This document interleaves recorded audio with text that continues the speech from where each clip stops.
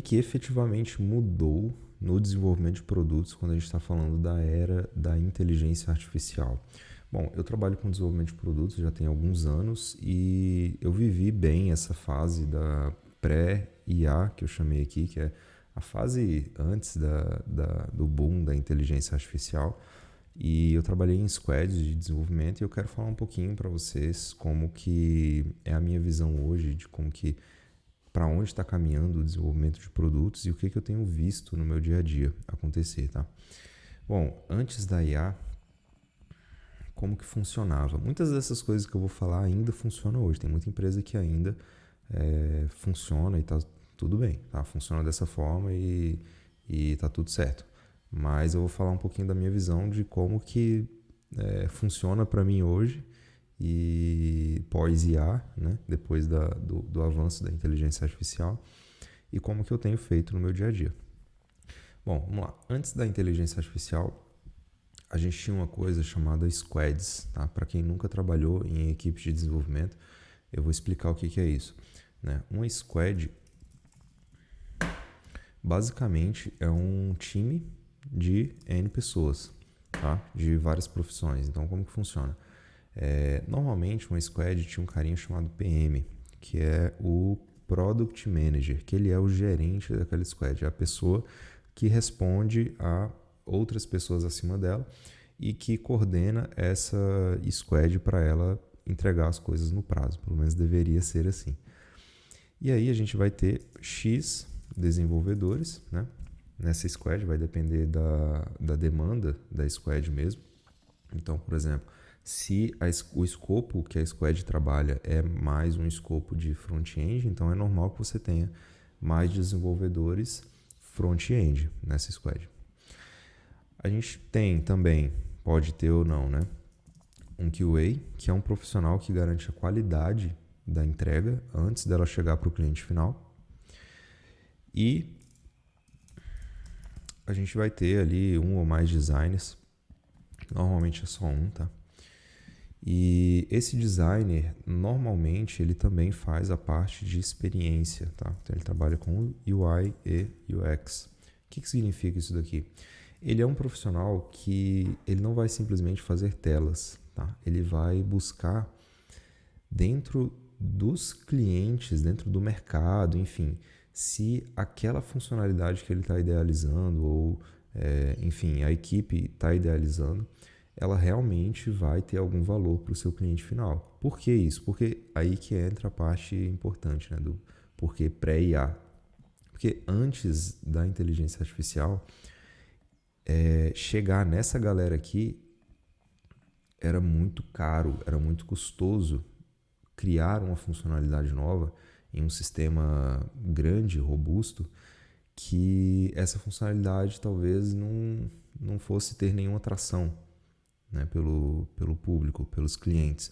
Então, era um dinheiro literalmente jogado fora, porque, sei lá, teria 4 desenvolvedores trabalhando em uma funcionalidade durante um mês, né? Se a gente pensar em um salário médio de um programador pré-IA, seria aí por volta de uns 10, 15 mil reais, né? Multiplicando isso por 4, daria ali seus 40, 60 mil reais jogado fora em um mês, né? Sendo que aquela funcionalidade não gerou esse retorno, né, financeiro. Então, assim, o trabalho desse profissional aqui, a mão de obra dele era mais barata do que desenvolvedores, então era muito melhor que ele gastasse, por exemplo, 2 meses, que seja, do trabalho dele, tendo a certeza, tendo a garantia de que aquela funcionalidade ela vai realmente trazer algum retorno para o cliente. Porque tendo essa certeza, aí sim entra na esteira de desenvolvimento, aí passa para os desenvolvedores, passa para QA, volta desenvolvedores, enfim, fica nesse loop aqui até realmente a tarefa passar, né, e ir para a produção, enfim. Só que quando ela chegou na mão dos desenvolvedores, ela já chegou super refinada ao ponto de que existe essa certeza de que essa tarefa vai ser eficiente, vai ser produtiva para o cliente. Então isso aqui era como funcionava antes. Tá? Tinha todo esse cenário, era toda essa burocracia, tá? Vamos chamar assim, porque Em alguns pontos era assim bem burocrático, né? Tinha muitas etapas antes da tarefa chegar em produção para o cliente final. E eram etapas realmente importantes, porque se não tivesse elas, ia muita coisa quebrada, muita coisa faltando, enfim. Por conta do volume, na maioria das vezes, né? Trabalhando em startup, em empresas que exigem esse nível de entrega acelerada, isso é totalmente compreensível, tá? Não deveria ser normal, mas acabava sendo, né, pelo menos. E era assim que funcionava. E eu imagino que nesse momento do vídeo vocês já estão pensando no problema, mas isso era muito caro. Era extremamente caro. Então um PM, vamos colocar profissionais sêniores aqui, tá? Um PM ganhava aí por volta dos seus 20, 25 mil reais. Era só um por squad, tá? Desenvolvedores, vamos colocar aí 3 desenvolvedores, né, trabalhando num projeto. Um desenvolvedor júnior, um pleno e um sênior, por exemplo. Então, um júnior, sei lá, uns 5 mil, um pleno 10 mil e um sênior 15 mil. Tá? Um QA por volta aí dos seus 5 mil e um designer bom ali, uns 8 mil. Se a gente for somar isso daqui, ó, quanto que custa essa squad? Mais 10, mais 15, mais 5, mais 8. Estamos falando de 68 mil reais por mês que custava essa squad. E normalmente squad, em empresas um pouco maiores, elas são totalmente escopadas. Tá? O que significa isso? Trabalha só em uma funcionalidade específica do sistema, em um core business ali, alguma coisa muito de um escopo muito delimitado. Tá? Então é normal você ter várias dessas squads numa empresa de médio porte. Tá? E aí, o que aconteceu? Isso daqui era como funcionava. E aí era comum você levar, por exemplo, 2 meses para entregar uma tarefa de uma complexidade um pouquinho maior. Tá? Por quê? Por tudo isso que eu expliquei. Que existia o designer que fazia essa pesquisa de campo para entender se a funcionalidade poderia realmente fazer algum efeito, para não gerar aquele problema que eu comentei de trazer coisas para os desenvolvedores que não vai ser realmente útil e gerar mais prejuízo para a empresa. Então era comum isso aqui acontecer.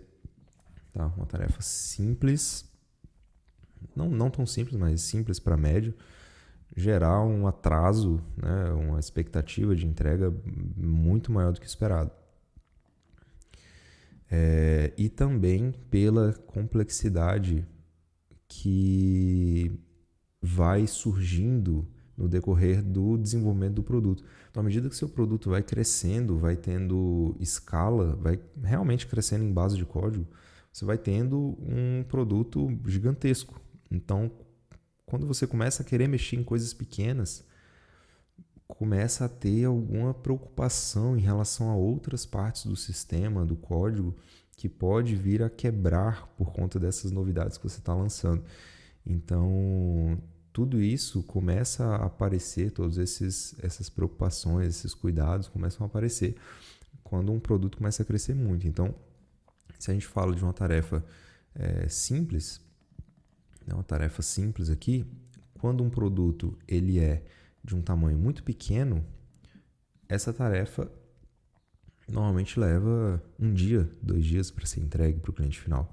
Agora, a mesma tarefa, se a gente fala de um produto maior, com mais usuários, mais clientes, uma base de código muito maior, microserviços espalhados, a mesma tarefa simples, ela não demora mais 1 dia, ela demora 1 semana. Então isso escala simplesmente pelo cuidado a mais que você tinha que ter, né? Com códigos a serem escritos, códigos novos, preocupação de legado, preocupação de conexões entre outras partes do sistema, enfim, tudo isso ficava também muito caro, que era necessário mais desenvolvedores ou desenvolvedores mais experientes, né, com mais tempo de casa, para conseguir entender sobre as peculiaridades de todas as partes do sistema. Tá? Então, enfim, tudo isso daqui é como funcionava antes. Então, eu trabalhei em equipes dessa forma por alguns anos e hoje eu estou vivendo essa fase aqui. Então, eu vou falar para vocês o que na minha visão mudou disso aqui tudo e por que que eu não acredito mais nesse modelo, tá? Vamos lá.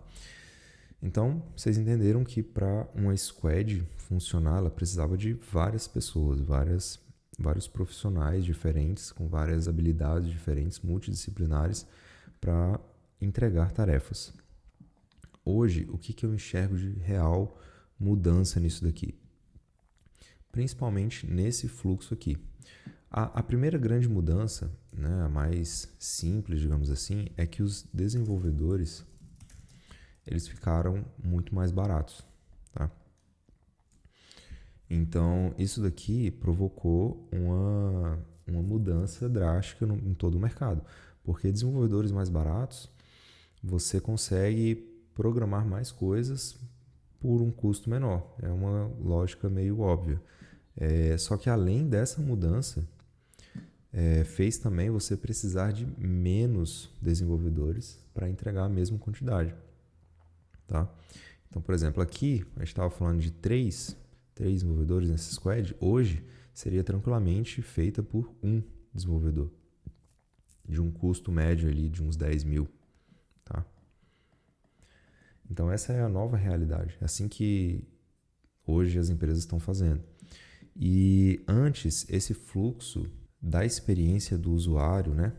Toda aquela investigação, ela passa a não ser mais tão relevante, visto que a entrega do código ela é muito mais rápida e ela é muito mais barata. Então você não precisa mais fazer todo aquele processo de pesquisa por conta simplesmente do custo do desenvolvimento. Tá? É claro, você ainda vai precisar fazer pesquisa para entender as funcionalidades que seu software precisa ter. Mas o motivo apenas de não entregar uma tarefa para os desenvolvedores fazerem sem ela estar realmente refinada, por conta de economia de custo, isso não existe mais. Então hoje está sendo muito mais comum você lançar primeiro e validar depois. Isso aqui eu estou vendo acontecer o tempo todo. A galera primeiro lança as funcionalidades porque está sendo muito mais fácil você desenvolver.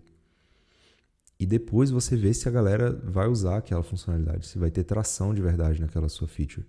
Porque isso é muito mais barato do que você gastar o seu tempo pesquisando para ver se o usuário vai querer aquela funcionalidade ou não.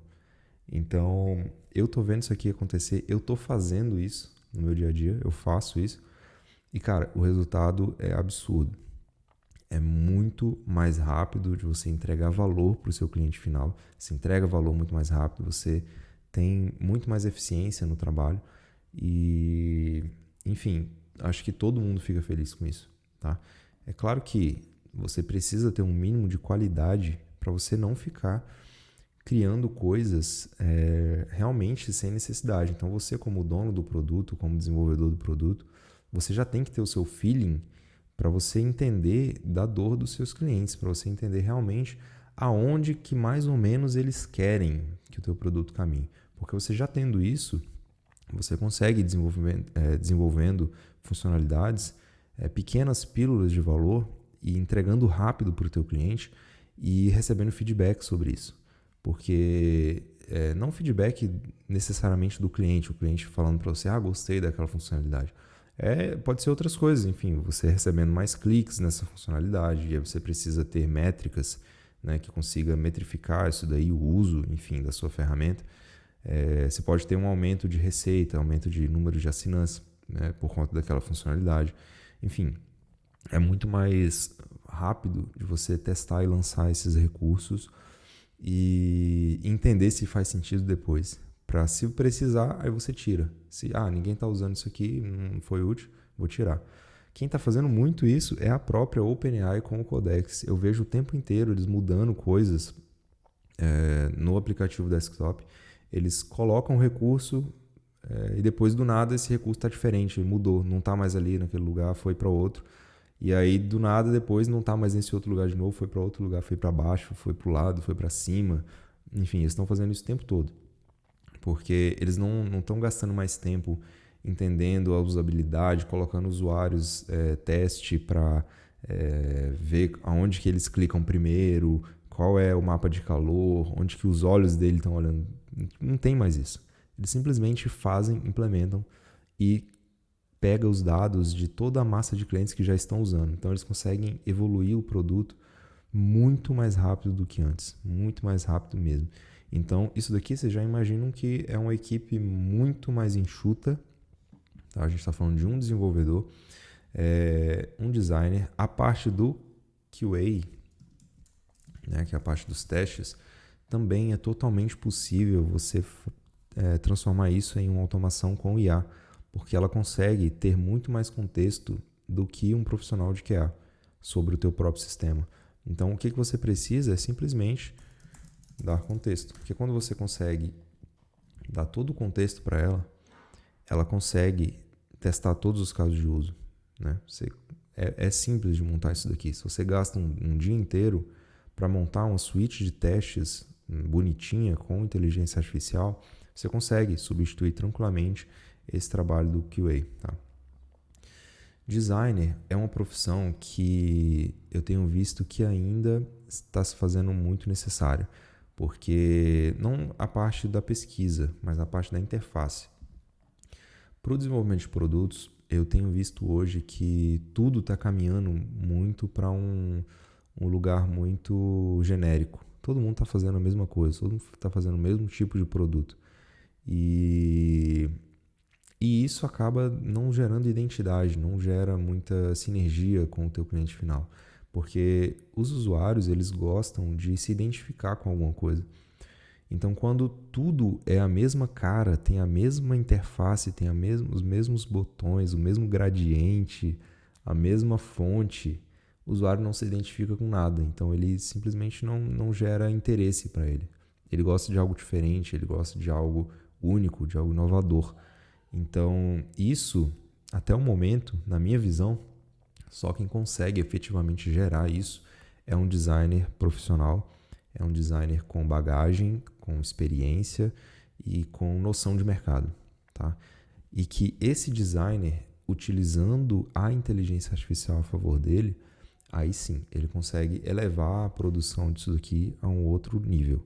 Então, eu acho que a conversa não é se a inteligência artificial substitui o trabalho do designer, mas é como a inteligência artificial potencializa o trabalho do designer, assim como potencializou o trabalho dos desenvolvedores. Tá?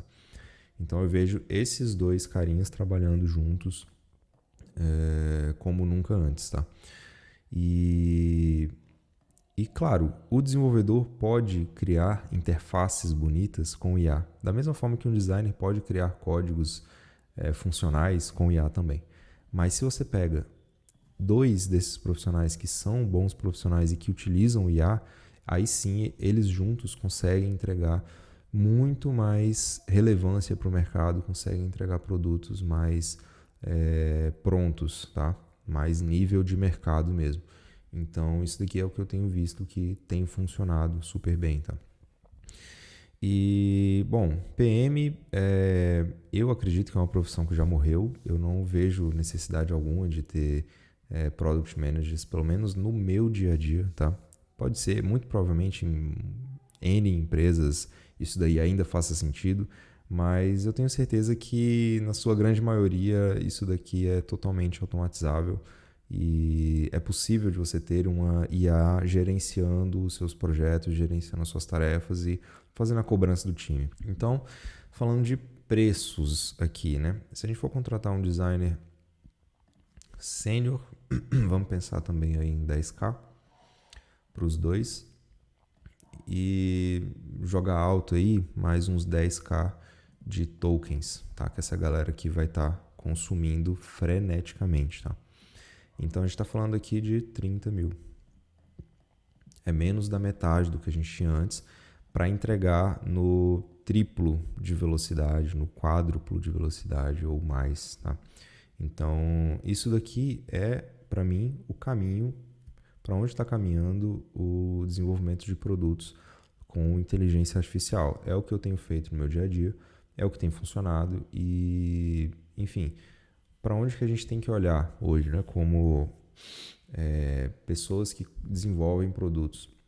Eu acho que você tem que montar essa estrutura aqui na sua empresa, onde você tenha esses profissionais, você tenha profissionais altamente capacitados e que usam IA no dia a dia. Isso é meio que óbvio, não tem mais como você contratar esse tipo de profissional que não utiliza inteligência artificial. É quase que jogar dinheiro fora praticamente, porque você vai estar entrando nesse cenário aqui, que já é um cenário ultrapassado, tá? Comprovadamente ultrapassado, não tem como. Então esse aqui é o novo normal, tá? Então busque profissionais que têm esse tipo de perfil, tá? Que gostem um pouco dessa ideia, né? De lançar primeiro e validar depois, e que gostem de automatizar os processos, gostem ainda de ter o feeling da individualidade da coisa, né? Por exemplo, o designer, né? Ele ainda precisa ter aquela noção, aquela experiência, tá? Do designer. E o desenvolvedor também, ele ainda precisa ter aquela experiência da arquitetura, ele precisa ter aquela experiência do todo, da escala, da volumetria, da otimização, enfim. Esses dois profissionais ainda precisam ter conhecimentos muito específicos. Mas, para mim, esse é o novo normal, é para onde o desenvolvimento de produtos está, de fato, caminhando. E, de fato, quem não enxergar isso daqui, quem não se preparar para essas mudanças, inevitavelmente está ficando para trás. Esse aqui é a nova realidade. E muita gente fala, né, que daqui a pouco eles vão cobrar 10 vezes mais pelo uso, né? A OpenAI, a Anthropic, vai cobrar muito mais caro. E não é algo que eu antes eu me preocupava, mas hoje eu não me preocupo mais tanto, por conta do avanço também dos modelos locais. Eu pretendo fazer outro vídeo também sobre isso, mas os modelos locais já estão se mostrando muito efetivos, tá? Muito eficientes, e não seria tão absurdo assim você rodar um modelo muito bom que chega perto do modelo desses grandes providers para você ter o mesmo resultado. Então, estamos falando aí de, por exemplo, você comprar uma máquina de uns 20 mil reais, né, um Mac Studio, alguma coisa assim, você rodar um Qwen lá dentro, né? Então, isso aqui é possível. E para uma empresa, né, a gente está falando de empresa que trabalha com isso daqui todo dia, que investe 30 mil por mês em equipe, ela vai conseguir comprar uma máquina dessa para disponibilizar o uso aqui para os seus desenvolvedores. Então, tudo vai continuar funcionando dessa mesma forma. Então, não tem por que mudar, tá? Então, a Anthropic, a OpenAI, pode cobrar 10 vezes mais caro, 20 vezes mais caro e querer começar a ter lucro, que algumas empresas não vão querer pagar esse custo e vão migrar para essa estrutura aqui que já funciona, não tem nenhum custo embutido, não tem nenhuma possibilidade de aumentar o custo depois. É isso aqui, acabou. Você roda numa máquina sua, você vai ter total autonomia sobre isso, sobre o que está rodando lá dentro, e acabou. Então eu acredito que é isso aqui, o novo normal, e vamos nessa, vamos trabalhar, vamos ganhar dinheiro, vamos desenvolver produtos, vamos estudar, que tem muita coisa ainda pela frente. Então, se você gostou desse vídeo, eu pretendo falar aqui nesse canal muito mais sobre tecnologia, programação, empreendedorismo, produtos, tá? Sobre mercado, enfim. Se inscreve no canal, ativa o sininho e nos vemos aí no próximo vídeo. Um abraço.